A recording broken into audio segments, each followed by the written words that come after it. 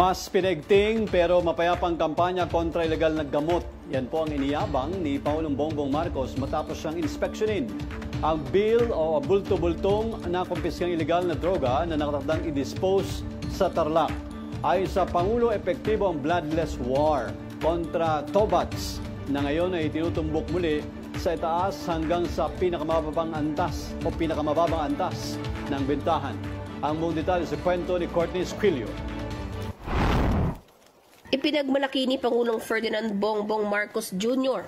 na epektibo ang bagong estratehiya ng pamahalaan sa pagsugpo sa droga, kung saan tinutugunan ito sa mapayapang paraan. Nataliwas sa madugong kampanya noong nakaraang administrasyon. Sa kanyang pagbisita sa Philippine Drug Enforcement Agency headquarters nitong Martes, sinabi ng Pangulo na ramdam na ang positibong epekto ng tinatawag na bloodless war on drugs. Kasabay nito, inihayag ng Pangulo na magsasagawa ng public destruction ng mga nakumpiskang ilegal na gamot ngayong Miyerkules sa Capas, Tarlac.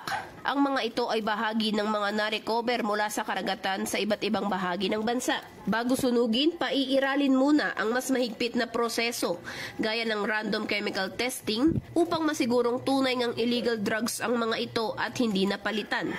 Lalo't may mga aligasyon noon na hindi lahat ng Tobats ay talagang sinisira. Iniutos na rin ng Pangulo ang masusing investigasyon kung paano at saan pumapasok ang malalaking shipment ng illegal na droga sa bansa upang tuluyan ng maputol ang daluyan nito. Ako si Courtney Esquilio para sa Kwentong Politiko.